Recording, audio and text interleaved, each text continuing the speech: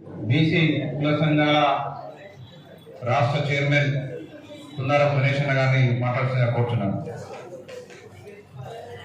సభాధ్యక్షులు గౌరవనీయులు ఈ జిల్లా ఉమ్మడి జిల్లా అధ్యక్షులు వడ్లకొండ వేణుగోపాల్ గారికి, అదేవిధంగా ముఖ్య అతిథిగా చేసిన సమావేశానికి బీసీల ఆశాజ్యోతి నిరంతరం బీసీల సమస్యలు పరిష్కరించడానికి ముందున్న మా జాతీయ అధ్యక్షుడు జాల శ్రీనివాస్ గౌడ్ గారికి, అదేవిధంగా రాష్ట్ర అధ్యక్షుడు బైరి రవికృష్ణ గారికి, మరి మా సంఘాలకు వెన్నుపూసగా ఉండి మమ్మల్ని ముందుకు నడిపిస్తున్న మా బీసీల కోసం నిరంతరం మా ఇంట్లో ఉంటున్న మా బాలరాజ్ అన్న గారికి, ఆయన కళ్ళగీత కార్మికుల రాష్ట్ర అధ్యక్షుడు, అదేవిధంగా మా భిక్షాన విశ్వ బ్రాహ్మణ సంఘానికి భిక్షపతి గారికి, సాగర్ సంఘం అధ్యక్షులు శేఖర్ సాగర్ గారికి, పద్మశాలి సంఘ ఉపాధ్యక్షులు, అదేవిధంగా మా సీను ముదిరాజు గారికి, మరియు మా వెలిగంటి విజయ్ కుమార్ గారికి, అదేవిధంగా తమ్ముళ్ళందరికీ పేరు పేరున మరి ఒక మంచి వాతావరణంలో ప్రభుత్వంపై ఒత్తిడి తీసుకురావడానికి మనం ప్రయత్నం చేస్తున్నాము. ప్రభుత్వం ఒక పక్క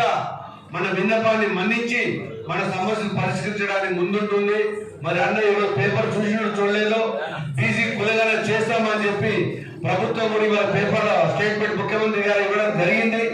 అయితే ప్రధానమంత్రి గారు కూడా మరి మమ్మల్ని మా ఉద్యమాన్ని దృష్టిలో పెట్టుకొని సీనన్నను మమ్మల్ని ప్రధానమంత్రి గారు పిలిచి మీకు ఏం కావాలని అడిగినప్పుడు బీసీని ముఖ్యమంత్రి ప్రకటించాలి నరేంద్ర మోడీ గారు. మరి అదే విధంగా రాహుల్ గాంధీ గారు మరి జోడయాత్ర సందర్భంగా మరి ఆయన కూడా బీసీలకు కుల జనగణన జరిపించి బీసీలకు బడ్జెట్ పెంచుతాము, బీసీలకు అన్ని విధాలుగా రాజకీయంగా 43% 43% రిజర్వేషన్ పెంచుతామని చెప్పి రాహుల్ గాంధీ గారు కూడా మాటిచ్చారు. ఎందుకంటే ఈ ఉద్యమాన్ని చూసే వాళ్ళు చేస్తున్నారు. ఎందుకంటే ఈ రోజు మరి మేము రేపు పొద్దున కూడా ఈ 17 రోజులు అన్ని జిల్లాలు పర్యటిస్తూ మరి ఆగస్టు 8 తారీఖు నాడు 7 తారీఖు నాడు మరి భారతదేశం లెవెల్ పంజాబ్ లో మరి జాల శ్రీనివాస్ గౌడ్ నేతృత్వంలో పంజాబ్ లో మరి బీసీ మహాసభ ఏర్పాటు చేసి అన్ని రాష్ట్రాల దగ్గర ప్రతినిధులు తీసుకొచ్చి మరి పంజాబ్ మరి అమృత్సర్ లో పెద్ద ఎత్తున మీటింగ్ చేస్తున్నాము. దానికి మీరందరూ మద్దతు ఇవ్వాలి.